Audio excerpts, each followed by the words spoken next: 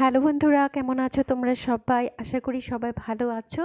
চলে এসেছি একটা নতুন রেসিপি নিয়ে। তো আজকে আমি রান্না করছি মিক্স ফ্রুট চাটনি।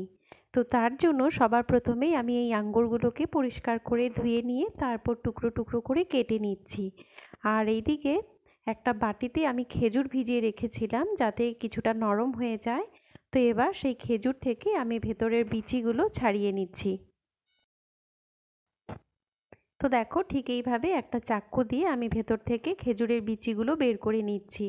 খেজুরের বিচিগুলো খাওয়ার সময় মুখে পড়লে ভালো লাগবে না, তো তার জন্যই আমি বের করে নিচ্ছি, কিন্তু তোমরা চাইলে গোটা গোটাও দিতে পারো, কোনো ক্ষতি নেই।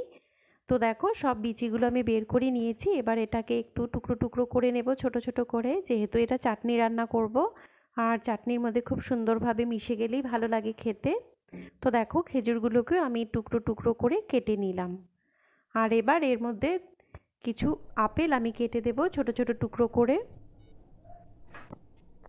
তো এবার এর মধ্যে আপেলগুলোকে আমি ছোট ছোট টুকরো করে কেটে নিচ্ছি। আর এখন যেহেতু আম এখনও বের হয়নি, আম অ্যাভেলেবেল না, তো যখন আমের সিজন আসবে তখন এর মধ্যে যদি আম দেওয়া যায় তাহলে তো খেতে আরোই দারুণ লাগে। তো আমার কাছে বাড়িতে যেগুলো ফল ছিল সেগুলোই আমি ব্যবহার করছি।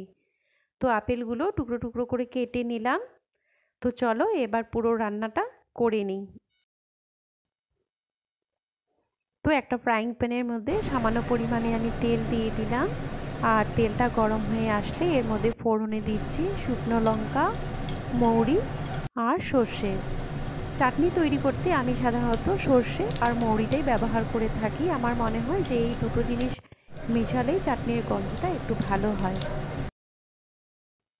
আর ফোড়নটা একটু ভাজা ভাজা গন্ধ বের হয়ে আসলে এবার এর মধ্যে দিয়ে দিচ্ছি কাজু, বেশ কিছু পরিমাণে কিশমিশ, আর ওই যে খেজুরগুলো বিচি ছাড়িয়ে রেখেছিলাম সেই খেজুরগুলো দিয়ে এবার এটাকে একটু সময় নেড়ে চেড়ে নেব। আর এখন যেহেতু বসন্তকাল, তো এই সিজনটাতে যত বেশি পারো ফল খাওয়া উচিত, তাহলে স্কিন ভালো থাকে, চুল ভালো থাকে। এই সিজনে শরীরের চামড়াটা অনেক শুষ্ক হয়ে যায়, তো যত পরিমাণে ভিটামিন সি খাওয়া যায় ততটাই ভালো। তো দেখো এই খেজুর কিশমিশ কাজুটাকে আমি নেড়ে চেড়ে ভালো করে মিশিয়ে নিলাম। আর এবার এর মধ্যে দিয়ে দেব স্বাদ মতো নুন আর পরিমাণ মতো চিনি। যে যতটা মিষ্টি খেতে ভালোবাসো ঠিক ততটা পরিমাণে এর মধ্যে চিনি দিও। তো আমি এখানে 2 চামচ আর আধা চামচ 2.5 চামচ চিনি দিলাম, কারণ এখানে যেহেতু খেজুর রয়েছে আর খেজুরেরও একটা মিষ্টি থাকবে আর ফলের থেকেও একটা মিষ্টি বের হয়। তো চিনি আর লবণ দিয়ে এটাকে একটু সময় নেড়ে চেড়ে নেব। খুব একটা নাড়বো না, কারণ চিনিগুলো পুড়া লেগে যেতে পারে। তারপর এর মধ্যেই দিয়ে দেব জল। জল দেওয়ার পর এটাকে নেড়ে চেড়ে নেব। আর গ্যাসের ফ্লেমটাকে মিডিয়াম রেখে এবার কিন্তু চিনিটাকে একটু গলতে দেব। আর এই জলটাও যাতে একটু ঘন ঘন হয়ে আসে, একটু জাল হয়, তার জন্য এটাকে মিডিয়াম ফ্লেমে আমি কিছু সময় রেখে দেব। তো দেখো এই জলটা দিয়ে আমি কিন্তু এর মধ্যে সামান্য পরিমাণে ছোট ছোট টুকরো করে তেজপাতাও দিয়েছি আর কিছু এলাচ দিয়েছি, যাতে এটার গন্ধটা খুব সুন্দর হয়। তো এবার এটাকে ঢাকা দিয়ে দেব। তো 5 মিনিট পর ঢাকনাটা আমি তুলে নিলাম। তো দেখো খেজুরগুলো কিন্তু বেশ গলা গলা হয়ে এসেছে। আর এই যে চিনিগুলো ছিল, চিনিটাও বেশ সুন্দর গলে গেছে। আর চিনিটা কিন্তু গলে যাওয়ার পর একটু যে ঘন শিরার মতন হয় সেই ভাবটা চলে এসেছে। এই চাটনিটা তৈরি করতে সব রকমের ফলই তোমরা দিতে পারো, খেতে বেশ ভালোই লাগবে। কিন্তু আমার কাছে সব রকমের ফল ছিল না বলতে, এখন তো আম বের হয়নি, তো আমি আমটা এখানে দিতে পারলাম না। তো বাড়িতে আমার কাছে কমলা আর মৌসম্বি ছিল, তো সেটার পাল্পটা আমি বের করে নিয়েছি। কারণ কমলার যে আঁশগুলো থাকে সেগুলো যদি এটার মধ্যে দেওয়া যায় চাটনিতে, তাহলে অনেক সময় তেতো হয়ে যেতে পারে বা মুখে পড়লেও ভালো লাগবে না। তো আমি মৌসম্বি আর কমলার পাল্পটা বের করে নিয়েছি। আর এটাকে এবার এর মধ্যে ভালোভাবে মিশিয়ে দেব।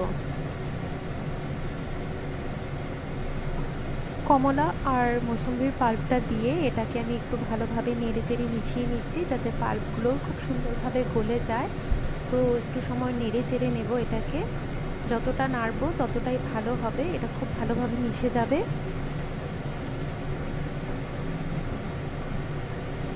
আর এবার আমি এর মধ্যে দিয়ে দেবো আপেলগুলো ছোটো ছোটো টুকরো করে রেখেছিলাম, সেই আপেলগুলো এর মধ্যে দিয়ে দিলাম। আপেলগুলো তেলের মধ্যে আগে দেইনি, তার কারণ হচ্ছে আপেলগুলো কালা কালা হয়ে যেত আর খেতে কিন্তু ভালো লাগতো না। তো আপেলটাকে আমি খুব একটা বেশি গলতে দেবো না, কারণ একটু টুকরো টুকরো থাকলে মুখের মধ্যে পড়লে খাওয়ার সময় বেশ ভালো লাগে। তো আপেলটা দিয়ে এবার এটাকে নাড়াচাড়া করে তারপর কিছু সময়ের জন্য এটাকে ঢাকা দিয়ে দেব, যাতে আপেলগুলো একটু নরম নরম একটু সেদ্ধ হয়ে যায়। আর এখানে যেহেতু কমলা আর মৌসুম্বি দেওয়া হয়েছিল, তো সেগুলো থেকেও রস বের হয়েছে, যার জন্য এটা একটু পাতলা পাতলা হয়ে গেছে, কিন্তু সেই জলটাকেও আবার কিন্তু শুকিয়ে নিতে হবে। তো দেখো এটাকে ঢাকা দিয়ে দিলাম। এটা কিন্তু মিডিয়াম ফ্লেমেই করতে হবে, নাহলে সব ফলগুলো পোড়া লেগে যেতে পারে।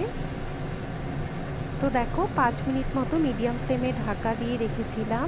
তো এবার 5 মিনিট পর ঢাকনাটা আমি তুলে নেব। আর দেখো ঢাকনাটা তুলে নেওয়ার পর আপেলগুলোও কিন্তু খুব সুন্দর নরম হয়ে গেছে। খেজুর যে দিয়েছিলাম এত সময়, সেই খেজুরগুলোও গলে গেছে, আর কমলা মোসাম্বির পাল্পগুলোও কিন্তু খুব সুন্দরভাবে গলে একদম মিশে গেছে।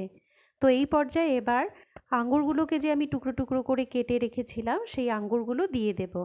আঙুরটা আগে যদি দিয়ে দিতাম তাহলে সেটাও কিশমিশের মতন একদম ভাজা ভাজা ছোট হয়ে যেত, তখন কিন্তু খেয়ে একদম ভালো লাগতো না, এটা যে ফলের চাটনি খাচ্ছি সেটা বোঝা যেত না। তো আঙ্গুরটা দিয়ে এবার এটাকে কিছু সময় নাড়াচাড়া করে এই যে জল জল ভাবটা আছে এটাকে আরেকটু শুকিয়ে নেব।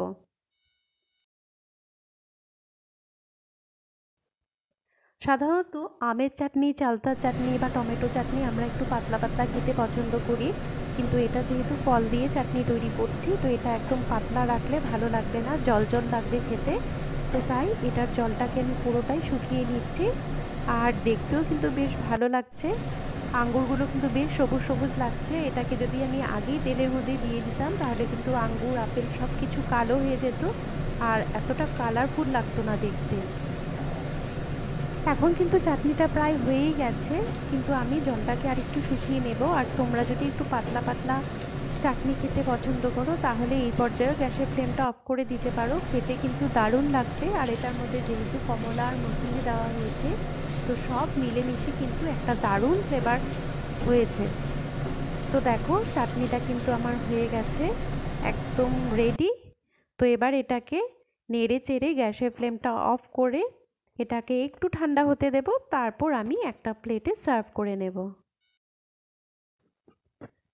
তো বাড়িতে অনেক সময় ফল আনলে সাধারণত খাওয়া হয় না, থাকতে থাকতে ফলগুলো নষ্ট হয়ে যায়। তো সেই নষ্ট হয়ে যাবার আগে তোমরা কিন্তু এভাবে চাটনি বানিয়ে খেয়ে দেখতে পারো, ভালো লাগবে। তো আমার আজকের রেসিপিটা তোমাদের কেমন লাগলো আমাকে অবশ্যই কমেন্ট করে জানাবে। ভালো লাগলে অবশ্যই একটা কমেন্ট করবে, লাইক করবে, শেয়ার করবে। আর আমার চ্যানেলে নতুন এসে থাকলে অবশ্যই চ্যানেলটি সাবস্ক্রাইব করে পাশে থাকা বেল বাটনটি প্রেস করে দেবে, যাতে এরকম নতুন নতুন ভিডিও আপলোড করলে তোমরা সবার প্রথম নোটিফিকেশন পেয়ে যাও। আজ তাহলে চলি, আবার আসবার একটা নতুন ভিডিও নিয়ে। তোমরা সবাই ভালো থেকো, টাটা।